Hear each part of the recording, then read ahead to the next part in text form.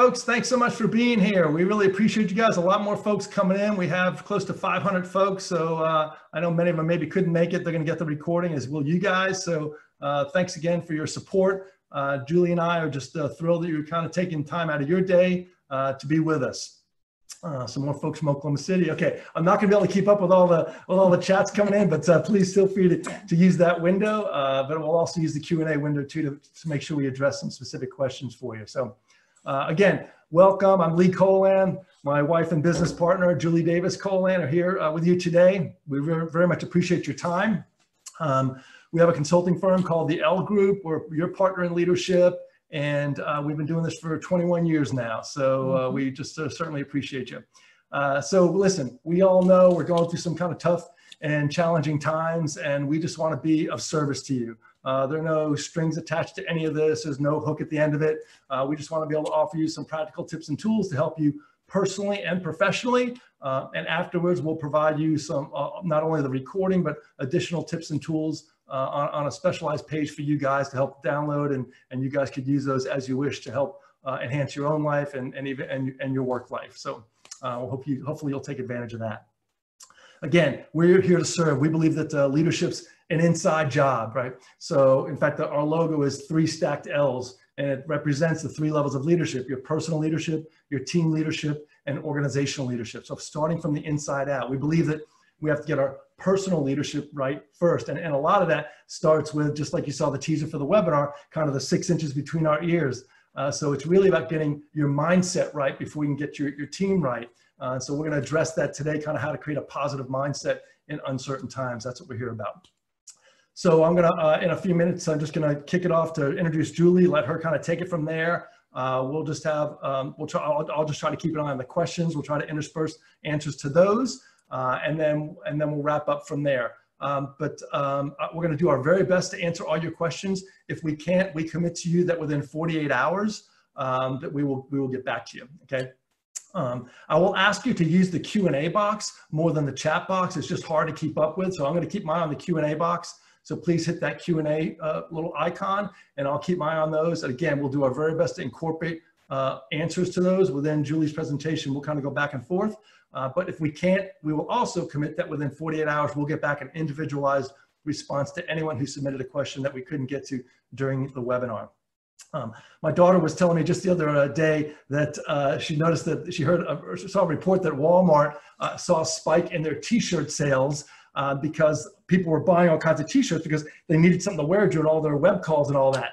But there was level sales for their pants because apparently people are not wearing pants during their web calls. I just wanted to assure you today that Julie and I are both wearing pants. Okay, so we're fully dressed here. So, all right, with that, let me go ahead and jump in and just introduce my partner in life for 32 years, my partner in business for 21 years, co-author of our last 6 books together. Julie has been an expert in behavior and organizational change for many, many years now. We won't tell you how many, but a long time. And has done a great job, not only with working on our business and a lot of the model development within our business, but really helping individuals and organizations elevate their own performance. And much of that is through understanding their mindset. Julie's one of only 1,200 people worldwide that are certified as a positive psychology practitioner by the Flourishing Institute. So she brings to the table that background and the understanding of the dynamics and the research behind how our minds work, and then how we can use that to maximize our performance personally, and then certainly for our teams. So she has an undergraduate degree in Florida State University, along with me. That's where we met. And then she got her master's degree from the College of Medicine at Ohio State University, the Ohio State University, from the College of Medicine in the field of preventive medicine. So without any further ado, I'm going to just bump it to Julie here and let her give you kind of a little bit of background on some things and some application. And I'll be here kind of keeping an eye on the questions, and we'll try to intersperse those along the way. Okay? Go ahead, Julie. Good afternoon. I'm going to chunk my thoughts into 3 sections: background, insights, and then actions. And then at the end, I'm actually going to give you a challenge. It's going to be a gratitude challenge, and that I will walk you through that verbally, and that will also be on our website on the special page to go ahead and look through that. I wanted to give you a little bit of background first on the area of positive psychology, because it's not an area that's always existed. And surely, sadly, when Lee and I went to college, it was not something that we could study. It started when an individual was actually tending his garden. He was tending his garden with a 5-year-old, and the individual was an individual by the name of Martin Seligman. He was tending the garden with his child. It was roses. He was picking roses, and he was just a little testy, like I think many of us can confirm we are right now. I know we've had our moments. And the little girl was just noticing how grumpy her dad was, and she said, "Daddy, do you remember when I was 3 or 4?" And he's like, "Yes, love." And she goes, "You remember how I used to be very whiny?" And he's like, "Yes, love, I do recall that." And she said, "Well, now that I'm 5, I made a decision. I am not going to be whiny anymore." And all of a sudden, a light bulb went off in Martin Seligman's mind. He's a psychologist, and he was actually the president of the American Psychological Association. And he thought, we can intentionally choose how we show up. And at that point, the study of psychology had really been, up until 1999, the study of getting to normal, just, after the war, all these things, like how do we get to just function normally? And he realized we actually needed to study going from normal to optimal, to a positive level. So that began and as recently as 1999, the study of positive psychology. There have been many different disciplines that have been studying it for years. And what happened with that is really an umbrella came to pull all together the research and such that we needed to start studying things coherently and looking at how we go north of neutral. So I want to talk a little bit about the brain and then your mindset and then some things that you can do about that. So I am kind of a brain nerd. I love to study the brain, and just want to give you some high level figures about the brain just so you get a sense of how it works. So one of the most important findings that we found is that our brain is a big word called, it has neuroplasticity, which means it can regrow and regenerate pathways. There were many years, and even back in the days when Lee and I studied psychology, there was an idea that your brain was finite. Like you're going to get old, you're going to lose your memory. You won't be able to do things as well as you did. And we know that is not true with intentional actions. And so there are ways to regenerate and grow pathways intentionally. So we're going to talk about that. The brain is amazing. It has 100 billion neurons. 100 billion, that's a lot. Each one of those is connected to 10,000 other neurons, and neurons are the small communication cells within your brain. That's a lot of connectivity. So what we're going to say is when you look at a neuron 1 and 2, there's an area in between, and that area is called a synapse. That's where the growth happens. One idea jumps from one neuron to the other through the synapse.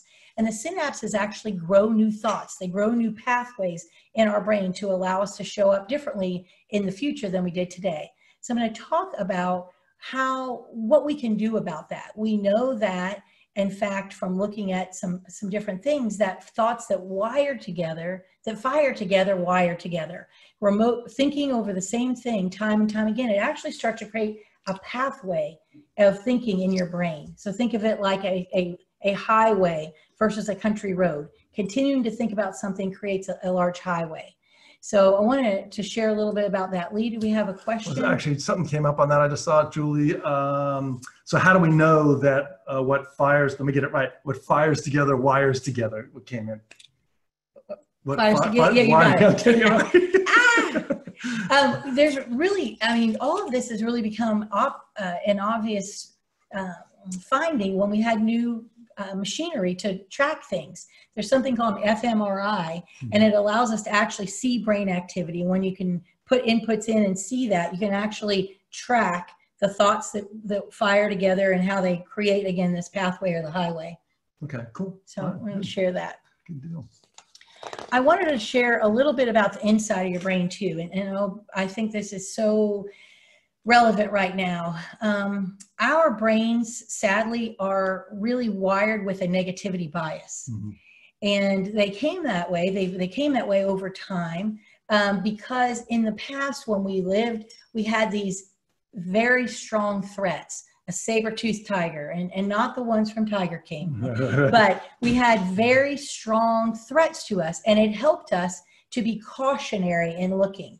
Well, right now we have kind of an invisible tiger at us, if we might, a virus that we can't see and touch, and it feeds into this negativity bias in our minds.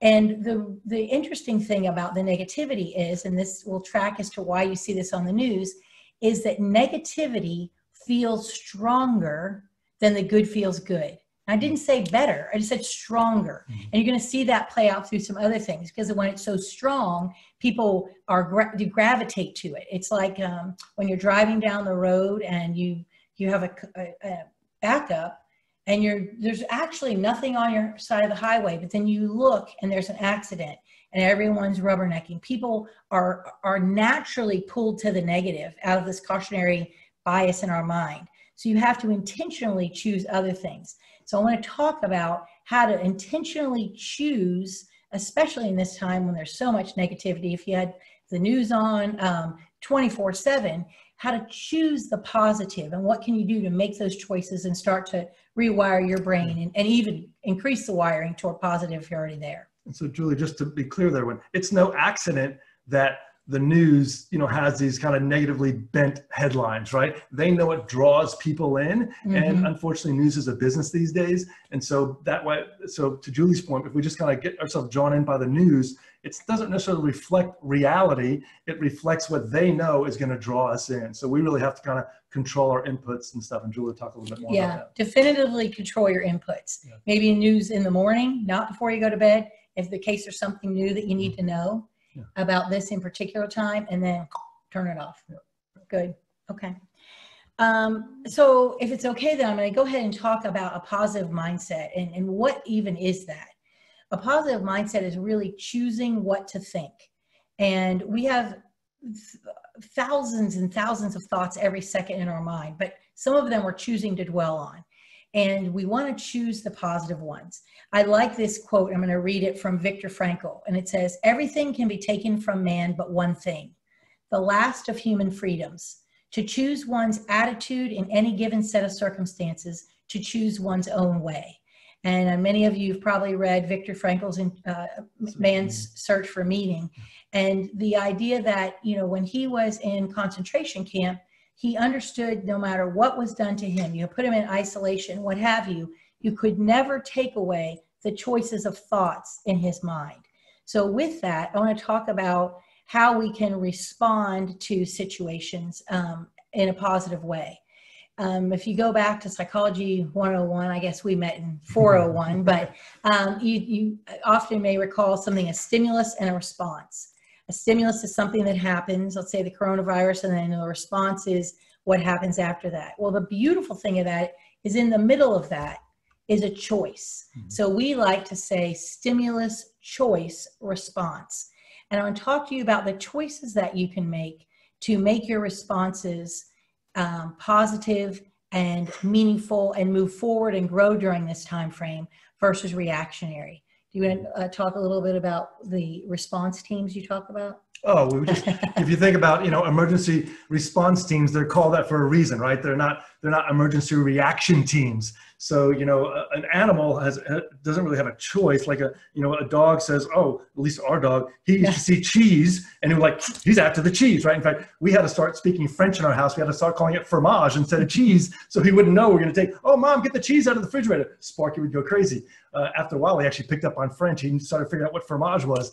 But as humans, we have a choice. We could say, okay, I'm hungry now. I see cheese or food. I have a choice. Do I need that now? Should I eat that now? Is that good for me now? But we have that choice, that C in the middle. And that's what distinguishes us from animals. And so we could be intentional about that choice about what we feed our mind, just as importantly as what we feed our body.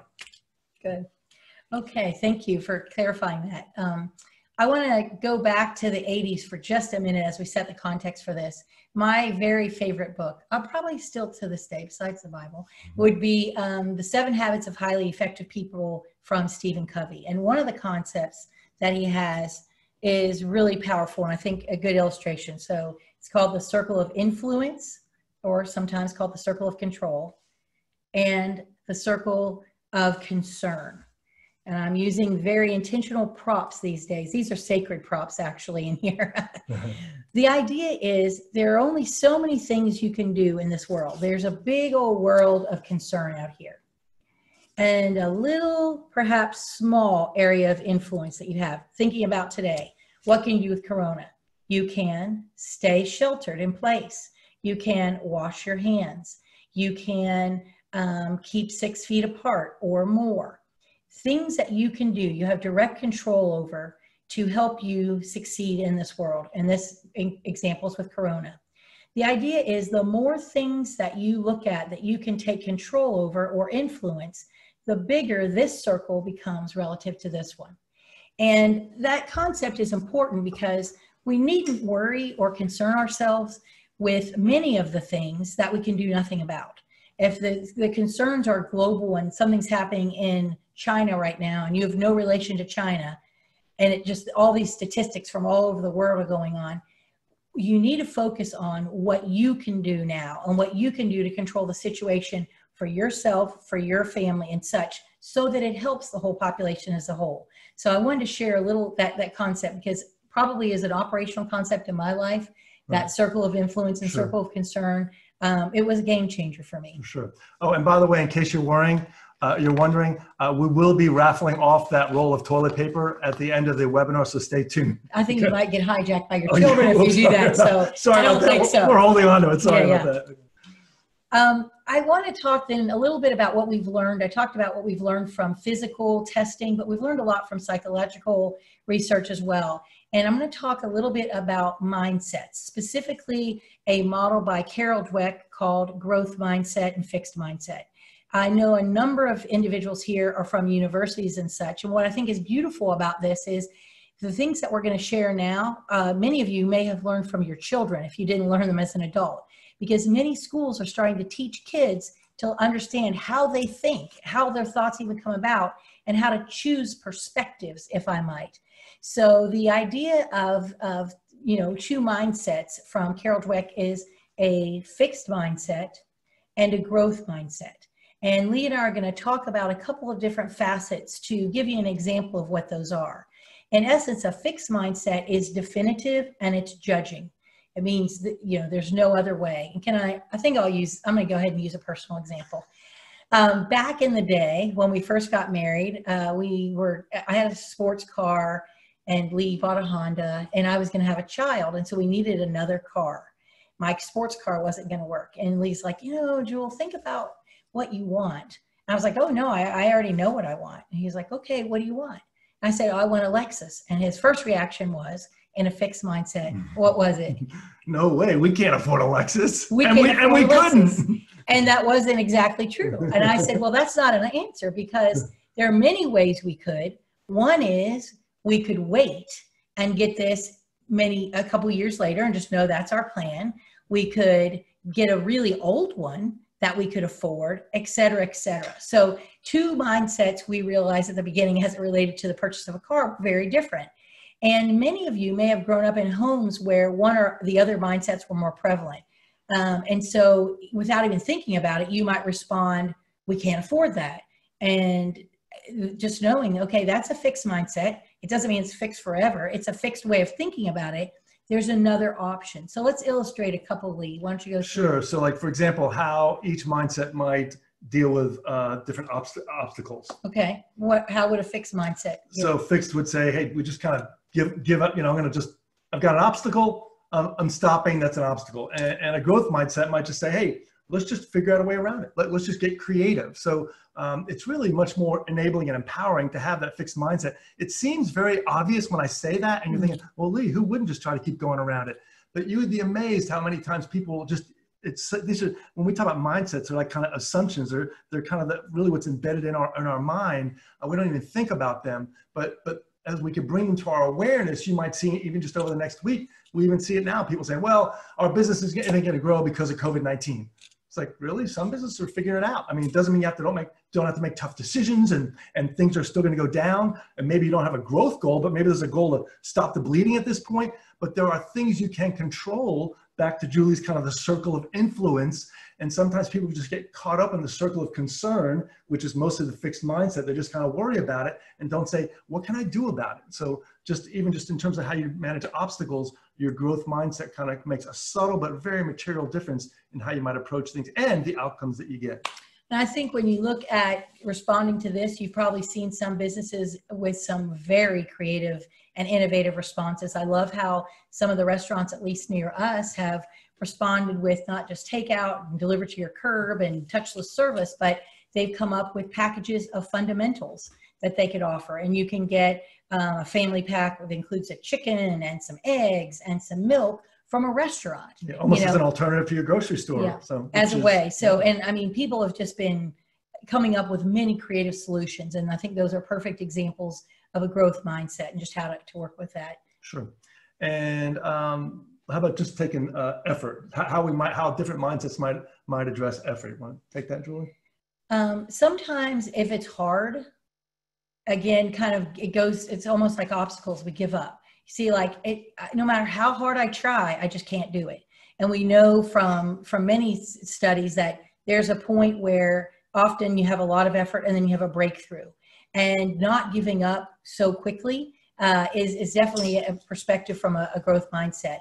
When I can't remember, and you might remember the Thomas Edison quote, but on how many failures he had before he succeeded. 1,000. 1,000, or I don't remember right numbers, around honestly. Yeah. But I wasn't there at the time, but I think I was 1,000. Yeah. But failing is just one step way to mastery. And when you look at effort and the mindset with a growth mindset, it's really viewed as, you know what, I didn't get it this time, but I'm going to keep on trying. And I'm going to be very transparent and tell you, just setting this up for us, this is our about 70th try to get technology set up to do this. So we definitely had to apply a growth mindset just to master this soon, as an example on that. What about like success, Lee? Yeah, so success of others, if you think of that as a factor, so a fixed mindset might see that as a threat to themselves, where someone with a growth mindset might go, wow, look at how that person did that. I want to be there. What kind of insight can I get? What kind of inspiration can I get from that person? And so it's just, again, subtle, but materially different in terms of the different paths that would set you off on. That's all. So that leads us to a great point. Now I'm going to tell you that in the handouts that you're going to get, you'll have a very nice chart that shows a growth mindset and a fixed mindset and some different challenges and how they respond, just so that idea is a little more concretely put into your mind, if it's new or it's a refresher, if it's something that you've known from the past. Julie, before we move forward, there's a question here from Bruce. Sometimes we find ourselves drifting to a fixed mindset in certain situations. How do we move out of or change a temporary fixed mindset? That's a great question. I'm going to respond with that even broader, not even just a fixed mindset. And this kind of sounds very old school, but one way would actually be to say stop. Literally, and you'll hear a little later that I do some auditory things that some might think are a little unusual, but just to yourself say stop, and then choose to have other thoughts. And I'll give an example of this. We have 3 children. When our first was born, on my first day back to work, I'm typically a positive person, but I looked at the person in the car next to me and I thought, oh, that person could take my life. Now, why that occurred to me, I felt very responsible as a mom. And I realized what a terrible response that was, and not a normal one for me. So I literally sat at the light on Greenville Avenue at Walnut Hill. And I looked at that person and I made myself come up with 5 things that person could have done that were extraordinary. How he could have saved a life, on and on. I had some honks behind me, but I literally stopped because I knew if I didn't take command of that thought right then, it could have just swirled and more things could have added to that. So I literally stopped, figuratively and literally, in my car and came up with 5 good things that person that was probably the most phenomenal person in the world next to me could have done. So I would say stop and take control, and then think of the opposite. Say, oh, I'm responding to myself. Oh, I'm responding in a growth mindset. Stop. In a fixed mindset, stop. What would the opposite be? So that's a great question. Cool. Thanks, Julie. Continuing on the mindsets, I just want to share one more theory, and I hate to share all the theories, but I think understanding it kind of helps you become educated in how the brain's kind of firing and wiring, and then you can take actions and you know why those actions are actually working. Another researcher named Barbara Fredrickson took the idea of the fixed and growth mindset and really looked at them. And the important part of a growth mindset is it does what we call broaden and build our options. And we talked about that a little bit, Lee, when we were talking about obstacles. Like, you know, you can say I'm finished or broaden and build. And when you look in research at people that have a growth mindset, the multitude of options just keep multiplying. And they see many more options than you do when you have a narrowing mindset or a fixed mindset. Do you want to talk a little bit about what happens when you narrow the mindset? So Julie talked about before the saber-toothed tiger. So I think if you think of like negative emotions, whether you're overwhelmed and you're totally stressed out, or you have a big emotional argument with a loved one, you could feel your periphery almost kind of going in, like you don't feel the options. You're so focused like this, just like if you're running away from a tiger. It's like, I'm just running. As long as I can outrun my friend, I'm golden, right? So, but positive emotions tend to broaden and build, tend to broaden our perspective. So we have positive emotions toward things. We create more of an open mindset, and we can start thinking of things, how we can broaden and build our capabilities, our solutions, how we can innovate, those types of things. So really, it's also tied to kind of our positive emotions also, and how negative emotions tend to start narrowing our thought processes. Thanks. And in addition to just having more options and thoughts and pathways of potential future success, there are proven benefits of positivity, including boosting immune system, which is very important right now, we would all say. As we get back to economic stability, higher income is associated with those with a positive perspective, better performance at work, higher customer service rankings, a number of things at work, and being happier. So I'd say the case is pretty good of why we should put some effort in with that. Cool. Well, Julie, I have a question here from Carly. You're talking about positivity. How does that relate to optimism and pessimism? Three-part question here. Aren't you born an optimist or a pessimist? And if yes, how does a pessimist become more positive? That's a great question. We have always thrown those words around as a society, optimists and pessimists. It sounds like you're just in a particular category. I'm here or there. But the truth is that optimism and pessimism are really ways of thinking. So they really tie nicely to the fixed and growth mindset. Pessimistic thinking is something that can be changed. It takes effort. I mean, people are wired more one way or the other, and whether it's nature or nurture. I grew up in a very optimistic household, so my siblings are very optimistic. It was a way of thinking. Whether it's genetic, I don't know, but it was an environment that kind of fed that. A lot of people don't have that, and so you grow up in a different perspective. People may be more cautious and such, but that doesn't mean you can't have an optimistic outlook. You really just have to take control and intentionally choose that. So I think that's a great question. But you can build the skill of optimism. It's like it's a muscle, and it's kind of the same like a growth mindset. It can grow. Cool. I'm going to give you what I call now a few insights, and learning about this, these were little triggers that I thought were fabulous, and they're little word hooks to help you kind of navigate through things. And again, these will be in your packet when you link onto our site. But the first notion is that words create worlds. Going back to fixed mindset, growth mindset, pessimism, optimism, your words create your worlds. So right now I'm going to give you a challenge. I want you to think of something that you have to do. That you have to do. For me, I used to think, oh, I have to do the laundry, and I hated it, and I had to get over that. Oh, I can tell you more about that. I'm grateful to do the laundry now. Now, I want you to take whatever you were thinking about or whatever you wrote down, and I want you to replace the words have to with get to.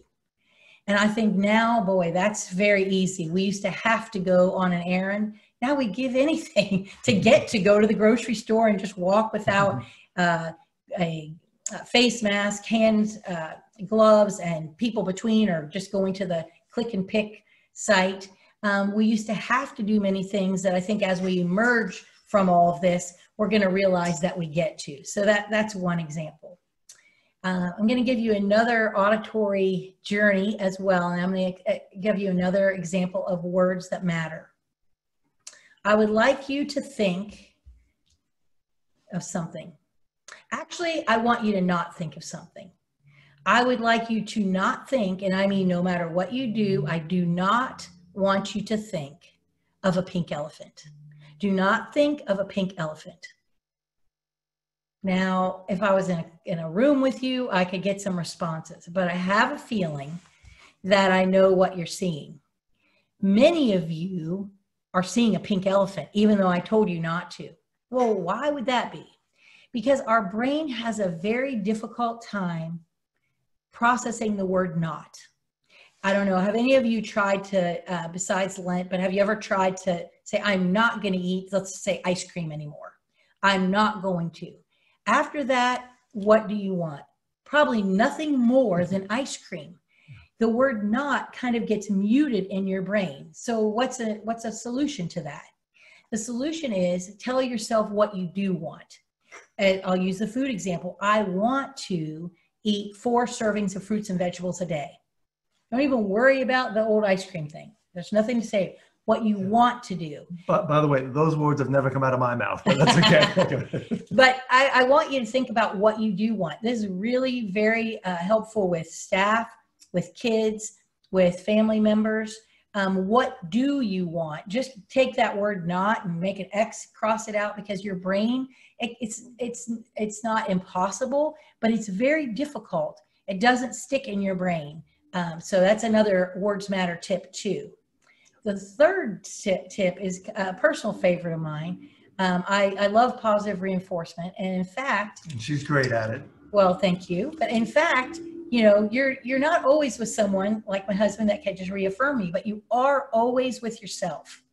So I'm going to say that on the activities that are going to follow, I'm going to give you a suggestion. And this is my own personal bias, but I call it Good Job Jules. So whether there is anything that you do, whether you finish a task that you don't like, I literally do this. Good job, Jules. And I give myself a high five. And I affirm myself on tasks that I like and I don't like all day long. Even in the grocery store when I could go, you might see me going and go, oh, good job, Jules. You got all the ingredients you needed for that salad you were going to make. But you are the only one that is with you. Now, you can be bold and say, good job, whatever your name is out loud, give yourself a little high five, or you can say that silently. But words matter. And again, affirming yourself creates a pathway that makes the activities that you're doing or what have you more likely to do. And you can probably attest to my absolutely to my doing of that. She's great at doing it for other people, and she's also great at doing it for herself. And I think that's where a lot of people that have great hearts are trying to encourage others and stuff, but we often forget about, listen, we're with ourselves more than anybody. As Julie said, the most important conversation is the one you have with yourself. And it's amazing how we'll say things to ourselves that we would never say to our best friend. You know, the messages we send to ourselves, I forget where we heard it the other night, like it's easier. Oh, it was in Pretty Women. A great movie for very deep personal insights, but it was a great line there. And there he was encouraging her. She said, you know what, it's easier to believe the bad stuff. Back to the kind of the bad feels worse than the good feels good type of thing. So we're stronger. So be careful with the messages you have to yourself. So lift yourself up, encourage yourself. And if it means having to do something physical like Julie does, good job, Jules, do it. But that starts kind of retraining your mind to kind of the messages you say to yourself. So speaking of that, let's just talk about how often that has to happen. Sure. There are 2 researchers from Gallup, Donald Clifton and Tom Rath, who had done some research on positive to negative interactions. And what does that even mean? A positive interaction is something that is affirmative, and a negative interaction is a negative one. And they studied the frequency of positive to negative interactions in a work team. And what was the ideal ratio there? And they found that in a work team, 3 positives to 1 negative helped create an ideal beginning for good teamwork. And why is that? Going back to what we talked about in the beginning, the negative feels stronger than the good feels good. So it takes 3 positives to offset 1 negative in a work team. Do you want to talk about it in any other situations? Well, in marriages, the same study found that we up the ante a little bit. So it's a 5-to-1 ratio. So the most effective marriages were found to have at least 5 positive interactions to every one negative interaction. So keep that in mind on the home front. And I would say in the current situation where you have extra strain around the household, maybe more people in the house. And I was just talking with a friend the other day, we were on a web call and I said, are you in the closet? He goes, yeah, I'm in the closet. He goes, trust me, if I open this door, you'd be amazed how loud a house can be. I've got 5 kids, a father-in-law, doing all kinds of stuff. So, so more strains going on. So I would say find ways, again, open mindset, positive mindset, find ways of people doing things well, reinforcing them, encouraging them to kind of increase that ratio when you're home and everyone's kind of in the same space for an extended period of time. And I'm going to share an example of that you didn't know I was going to share. But I got one of my best gifts ever right before the, what do my girls call it, the Rona. The Rona came. And it was a box, and it had little notes in it. And it was said, made by love, made with love by Lee. And then it has little notes, and it had probably, what, 60 of these little notes? Don't show that one. No, I'm just joking. I'm joking. 60 of these little notes. And the idea was you can read them all at once, or you can read them day by day. I read them all at once. But whether it's formally written like this or on a sticky note, to be honest, our girls have Post-it notes where we've written a little note. We go into workplaces that see a card that is on their desk that you'll say, oh, did you get that recently from a colleague or your boss? And they'll say, oh no, I got that from my colleague 5 years ago for working on a team project, and they thought I did a really great job. That becomes a trophy. It's so powerful, the written word as a positive reinforcement. And I would say, whether you do an Easter egg hunt and write little notes in it for Easter that affirms different people, it's only one way, but it's a really easy way. Particularly now, I know you're connected with people on Zoom calls, all that, that's terrific. And forget about the emails and the texts. Go old school, write a note, get their home address, write them a note. Hope you're doing well. I mean, it's really important in this situation now that as leaders that we're seeing people as human first. We do a lot of work around engagement, engaging people's hearts and minds. And we find that the most inspiring and engaging leaders see the person behind the employee. So they understand there's a human there. So particularly now, I would say over the past 7 years, it's really been a growing trend of the new generation of worker that they don't want the typical leader. They want someone that's going to connect with them on a human level.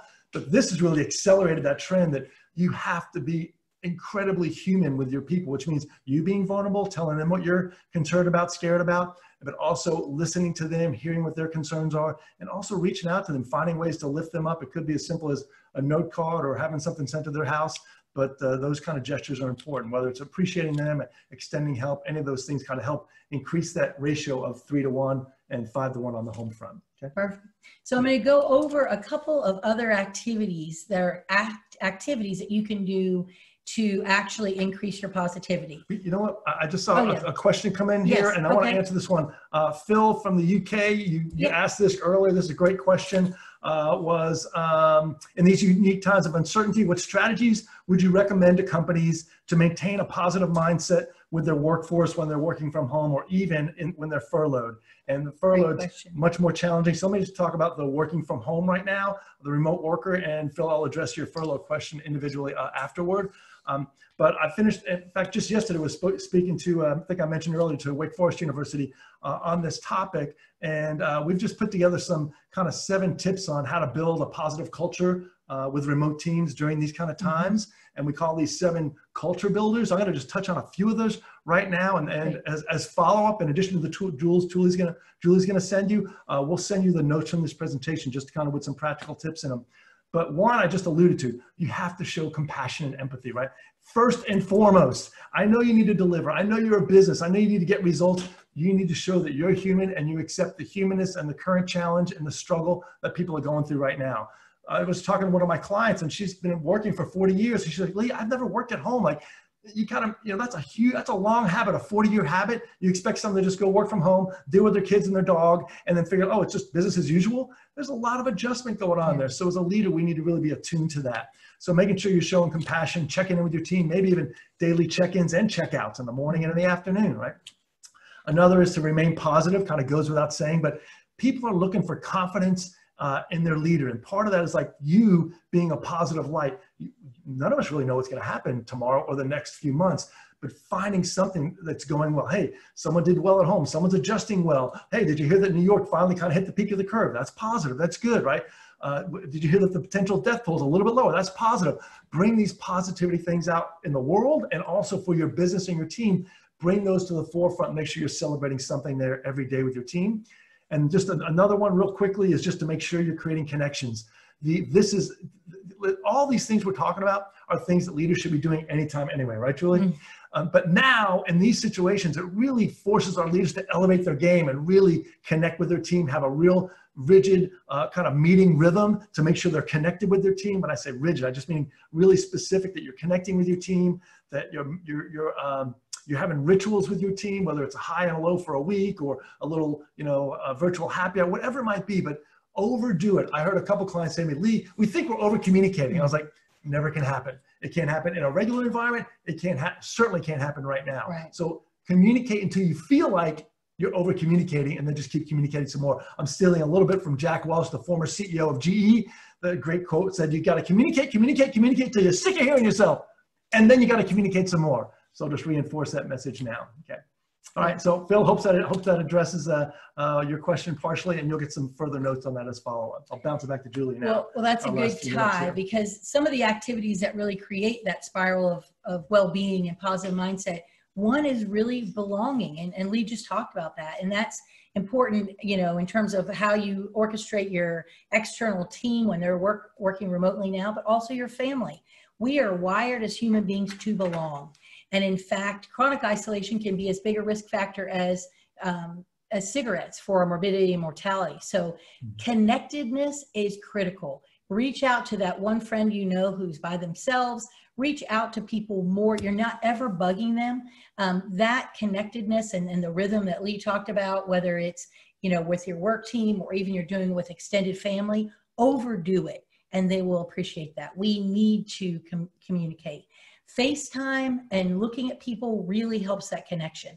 I know sometimes we're not ready to be on camera and we think, oh, we'll just do a phone call. But really the sense of connectedness is so much more significant when you can see a face, see all the nonverbals and such. We alluded to writing, again, another way of connectedness. So belonging, a big way, some actions there. I want to talk about one that doesn't get shared very often, and that's novelty. We are novelty-seeking beings as human beings. Now, that sounds really kind of interesting, because we're novelty-seeking, yet we cannot go seek the novelty that we may have even before, even at the grocery store. So you've got to get creative, and there might be a member of your family, or your team, whether they live in your home, whether you're communicating with, that has some ideas. Our youngest is great. We have an excess of cheese for some reason. So we're going to have ratatouille night, and ratatouille night's going to have a charcuterie tray for dinner with fruit. And then we're going to watch the movie. And then I think we have a craft. So, whoever, has those gifts, have them come up with that. So do you want to jump into your challenge now, since we're going to get most of these other activities we're going to send you as a follow-up. We want to be respectful of your time. So we'll wrap up with the challenge Julie's going to talk about, then we'll close and wrap you up as we promised by 45 after the hour. Yes. So the challenge is something I need you to do for 2 weeks. And you've heard Oprah talk about, gratitude journals and all of this, but I'm going to give you a little twist on that that's very specific. Now, here's the really good news.